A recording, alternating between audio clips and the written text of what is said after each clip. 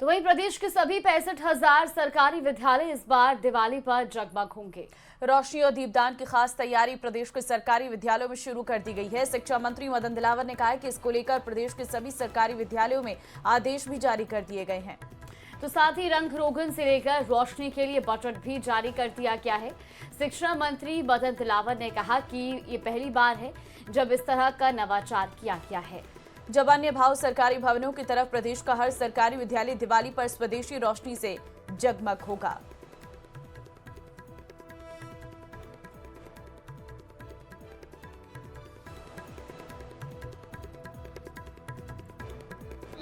सभी विद्यालयों में दीपोत्सव मनाया जाएगा और रोशनी की जाएगी।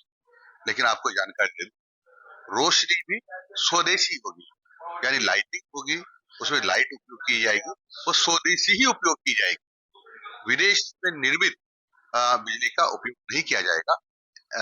ऐसा निर्देश हमने सब लोगों को दे दिए। तो वहीं प्रदेश के सबसे बड़े एसएमएस अस्पताल के आईसीयू में हुए अग्निकांड को लेकर एफएसएल की रिपोर्ट आ चुकी है, जिसमें आग लगने की वजह बताई गई है। लेकिन अब भी सवाल वही है कि आखिर 6 लोगों की मौत का जिम्मेदार कौन है।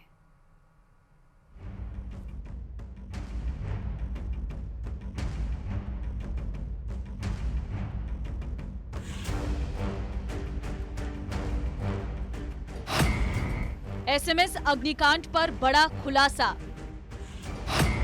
रिटर्न एयर से भड़की आग, धुएं में घुटा दम। सिस्टम की लापरवाही जिम्मेदार कौन? प्रदेश के सबसे बड़े एसएमएस अस्पताल के आईसीयू में हुए अग्निकांड में 6 लोगों की मौत को लेकर मचा बवाल। सरकार पूरे मामले में एक तरफ एक्शन ले रही है। अब जैसे जैसे जांच आगे बढ़ रही है, सिस्टम की लापरवाही जग जाहिर हो रही है, क्योंकि एफएसएल लैब की जो रिपोर्ट सामने आई है उससे साफ पता चल रहा है कि ये अग्निकांड डिपार्टमेंट और सिस्टम की सामूहिक विफलता का नतीजा है। क्योंकि ट्रॉमा सेंटर में लगी आग को लेकर एफएसएल की रिपोर्ट में आग लगने का कारण शॉर्ट सर्किट बताया गया है, जिसमें कहा गया है कि आग नीचे से ऊपर की ओर नहीं बल्कि फॉल सीलिंग के हिस्से में पहले फैली, जो एसी के इंडोर यूनिट और डक्ट के बीच रिटर्न एयर से भड़क गई और स्टोर रूम में खुले में रखे स्प्रिट और कार्टन जलने से आईसीयू में गैस भर गई। एफएसएल की रिपोर्ट में बताया गया है कि इस दौरान कार्बन मोनोऑक्साइड, कार्बन डाइऑक्साइड जैसी गैसें निकली, जिनसे मरीजों को दम घुटने जैसी स्थिति का सामना करना पड़ा। On the face of it वो इलेक्ट्रिकल आग लगी है, क्योंकि उसमें क्या है, धुआं बहुत ज्यादा हुआ है। मैं जब खुद गया था तो जो ये वाइल होती है ना छोटी, जिसमें अपन सैंपल ये अपना ब्लड सैंपल और ये लेते हैं, वो छोटी छोटी प्लास्टिक की वाइल जो टेबलों में पड़ी थी वो पिघली नहीं, ठीक है ना। इसका जो तो बेसिक था, स्मोक जो था, स्मोक होता है वो ज्यादा वायरिंग जलने से स्मोक होता है। रिपोर्ट में वही बात बताई गई है जो प्रत्यक्षदर्शियों ने भी बताई थी। 12 साल पुरानी वायरिंग में हुई स्पार्किंग की आग की वजह बताई गई, लेकिन अब जरूरत बहानों की नहीं, व्यवस्था सुधार की है। क्योंकि इस हादसे से पहले जिस इंजीनियर ने अस्पताल प्रशासन को खतरे की चेतावनी दी थी, अब उसी इंजीनियर को निलंबित कर दिया गया। सस्पेंड किए गए इंजीनियर एक्सीएन मुकेश सिंघल ने हादसे से कई दिन पहले ही ट्रॉमा सेंटर के इलेक्ट्रिकल सिस्टम में खामियों को लेकर अस्पताल प्रशासन को सचेत किया था। बावजूद इसके शायद किसी ने ध्यान नहीं दिया, क्योंकि अगर किसी ने ध्यान दिया होता तो ये हादसा न होता। फिलहाल ये रिपोर्ट महज एक शॉर्ट सर्किट से लगी आग की नहीं, बल्कि उस लापरवाह सिस्टम को आईना है जो हर बार लोगों की जान लेकर भी नहीं जागता।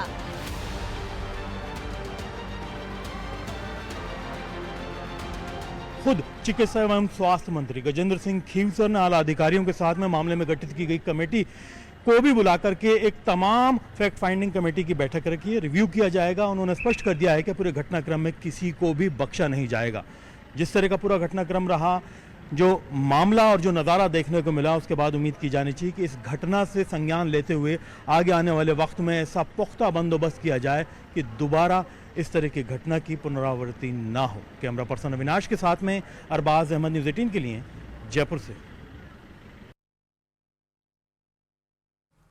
तो वहीं डीडवाना कुचामन में businessman Ramesh Rulania murder case में पुलिस को बड़ी सफलता मिली है। मामले में 7 लोगों को पुलिस ने गिरफ्तार किया। 4 मुख्य आरोपी अभी भी फरार हैं, जिनकी तलाश में पुलिस जुटी हुई है। ये रिपोर्ट देखिए।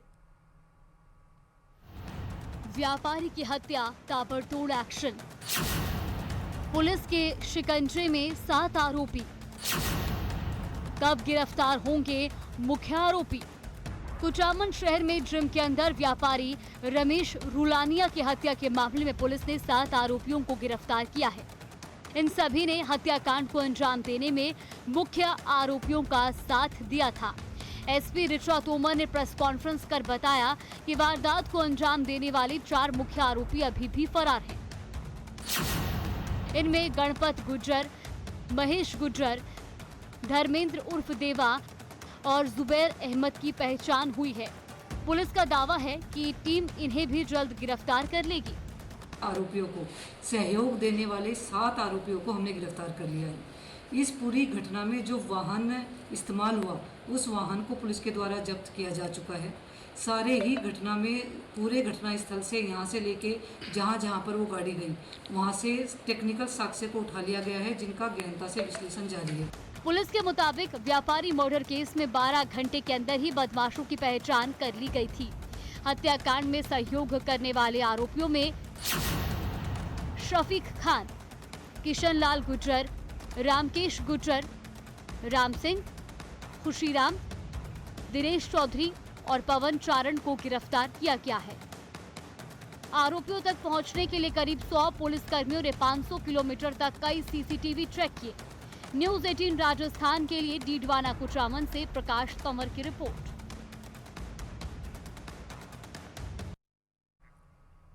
प्रदेश में सेना से जुड़े फर्जी दस्तावेज बनाकर नौकरी हासिल करने वालों को लेकर राजस्थान एटीएस ने बड़ा खुलासा किया है।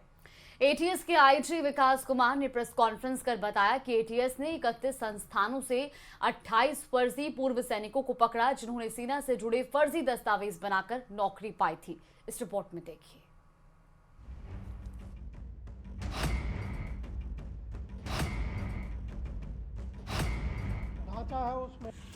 असली को मात देते दस्तावेज, लेकिन इन नकली दस्तावेजों से गड़बड़ झाले का ऐसा खेल खेला जा रहा था जिसके बारे में आप सोच भी नहीं सकते।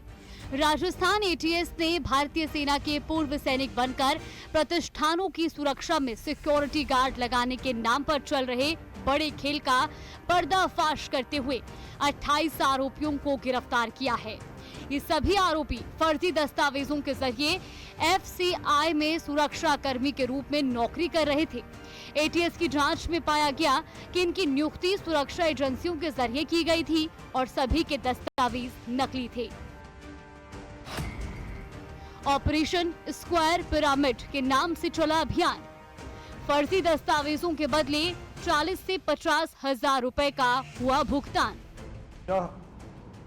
रक्षा सेवा का प्रमाण पत्र एवं सिविल नौकरी के लिए सैनिक की सिफारिश, रिकमेंडेशन फॉर सिविल सर्विस, यह कागजात है जो एक मुख्य कागजात होता है किसी भी नौकरी के लिए।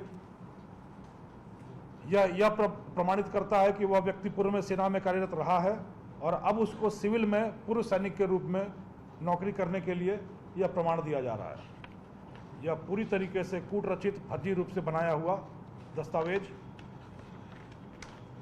बनाया गया। उसी तरीके से उनको जो पेंशन मिलती है उसके लिए रक्षा लेखा प्रधान नियंत्रक की तरफ से एक पीपीओ मिलता है। यह पीपीओ कागज होता है, इसकी कूट रचना की गई और इसको दिखाया गया। उसी तरीके से एक ex army ex serviceman identity card होता है, वह भी फर्जी तरीके से बनाया गया। एटीएस को सूचना मिली थी कि एफसीआई में कई सुरक्षा कार्ड्स फर्जी दस्तावेजों के आधार पर नौकरी कर रहे हैं। इसके बाद एटीएस ने राजस्थान में एक साथ 31 लोकेशन पर दबिश दी। आतंकी हमले से बचाव की ड्रिल के नाम पर गार्ड्स को एक जगह बुलाया। अनुभव और प्रामाणिकता की जांच के बहाने दस्तावेज जुटाए गए। जांच में फर्जी दस्तावेज पाए जाने पर 28 आरोपियों को गिरफ्तार किया गया।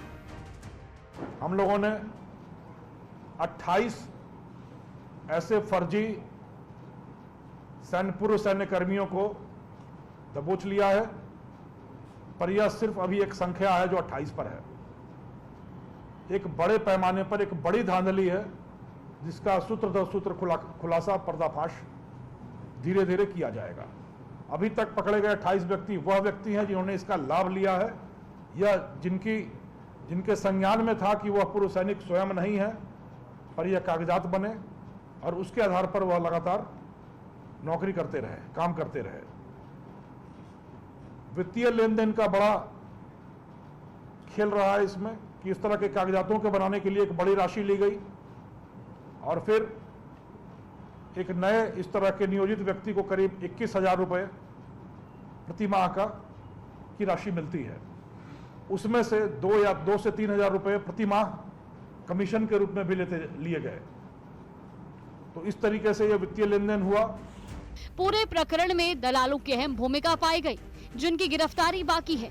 एटीएस दूसरी एजेंसियों के कर्मचारियों और अधिकारियों की भूमिका की भी जांच कर रही है।